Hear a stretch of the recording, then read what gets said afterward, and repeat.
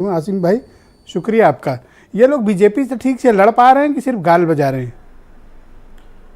मैं समझता हूं कि 2024 सीरियस मैटर है। चुनाव भारतीय जनता पार्टी के विरोध में जो भी मैदान में है, मैं पर्सनली तौर पर उसका दोस्त हूं। मेरी जाती लड़ाई भारतीय जनता पार्टी से है, क्योंकि मैं देश की जनता के साथ खड़ा हूं। भारतीय जनता पार्टी में जो प्लानर्स हैं, जो ब्रेन हैं, वो अलग तरीके से काम कर रहे हैं। अब आप ये बताइए कि जैसे अडानी का मुद्दा आया, इतना बड़ा घालमेल हुआ, घोटाला हुआ, घपला हुआ, डायरेक्ट प्रधानमंत्री जी का नाम उसके अंदर आने लगा। 11 लाख करोड़ रुपए डाउन हो गई एकदम से वैल्यू अडानी की, घाटे में चले गए। और आप देखिए कितनी खूबसूरती से टेलीविजन से मुद्दा गायब कर दिया और वो बागेश्वर धाम आ गया।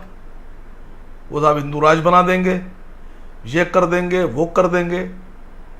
अब अभी मैं आज देख रहा था टीवी पर कि राहुल गांधी को एक नेता है, बीजेपी के बड़े नेता हैं नॉर्थ ईस्ट के, आप अंदाजा लगाइए कि स्टैंडर्ड क्या राजनीति का। वो कह रहे हैं कि पप्पू को भारत में लोग जानते हैं, भारत के बाहर नहीं जानते।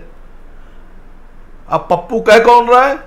जो खुद छुन्नू है, वो छुन्नू जिसको नॉर्थ ईस्ट में लोग जानते हैं, सिर्फ भारत में भी नहीं जानते, जिसको 2014 से पहले कोई जानता ही नहीं था भारत में। राहुल को अगर रिजिजू ने कुछ भला बुरा कहा तो आसिम वकार को तकलीफ, पांडे जी को टाइम दिया, उन्होंने तो कुछ कहा भी नहीं। नहीं, बात पांडे जी की बात नहीं हो रही है सर। मैंने तो नाम भी नहीं लिया, आपने नाम ले लिया। मैंने कहा नॉर्थ ईस्ट के एक छुन्नू टाइप के नेता, जिनको 2014 से पहले पूरे भारत में, आधे भारत में, चौथाई भारत में कोई नहीं जानता था, वो इस तरह की भाषा का इस्तेमाल कर रहे हैं। यह है बीजेपी। सर, जिस तरह की भाषा में भारतीय जनता पार्टी लड़ रही है, उनका मुकाबला उसी भाषा में करना पड़ेगा। तो वो कहते हैं हमको गाली दी और फिर विक्टिम कार्ड खेलते हैं। अगर आप उनको कुछ कह दिए तो पूरे देश में विलाप शुरू कर देते हैं। अब कहो कि ना कहो, इसमें भी फंस जा रहे हैं विपक्ष के नेता। नहीं, मैंने कहा ना कि मैंने तो कह दिया। अब बताइए छुन्नू कौन सी गाली है?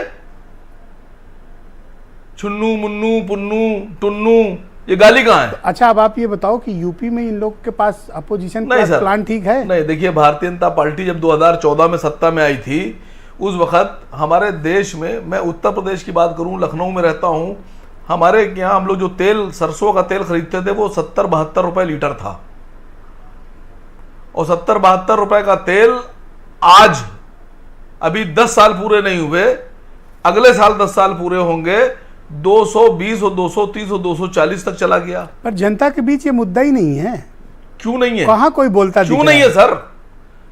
आप 350 का सिलेंडर लेते समय पब्लिक गुस्सा करती थी, अब आप इनका 1150 का सिलेंडर खुशी खुशी ले रही है। अरे सर, एक डेढ़ आंख वाले बाबा जी एक हैं सर, आप ये सब ना बोलो। उनसे एक साहब ने पूछा कि आप तो 35 रुपए का, आप तो 350 रुपए का सिलेंडर बिकवा रहे थे, कल अब नहीं बिकवा रहा हूं, क्या कर लोगे मेरा? मतलब बेगैरती का आलम देखिए आप। क्या कहते हैं कि उन्होंने कहा, एक आदमी ने पूछा, एक व्यक्ति ने पूछा कि आप तो 350 का सिलेंडर बिकवा रहे थे, 35 रुपए का पेट्रोल बिकवा रहे थे, और अब आप बोलते नहीं है। तो वो उससे लड़ने लगे। बाबा जी कहने लगे कि अब नहीं बिकवा रहा हूं मैं, क्या कर लोगे मेरा? मुझे मत डालोगे, क्या कर लोगे मेरा? आप अंदाजा लगाइए बेगैरती का।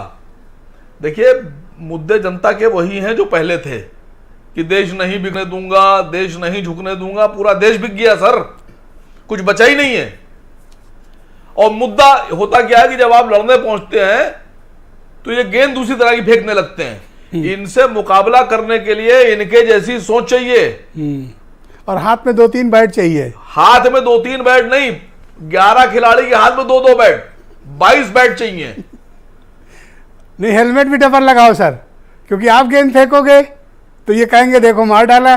नहीं सर, ऐसा नहीं। और ये बाउंसर भी मारे तो कहीं सुर्री दे रहे हैं। नहीं, कुछ नहीं। इनका मुकाबला इनकी तरह से करना पड़ेगा जी। शुक्रिया आपका। मुकाबला इनके दिमाग के हिसाब से करना पड़ेगा। 2024 में चुनाव बहुत सख्त है, पूरी की पूरी प्लानिंग के साथ लड़ना पड़ेगा सर। ओके, केपी मलिक साहब मेरे साथ मौजूद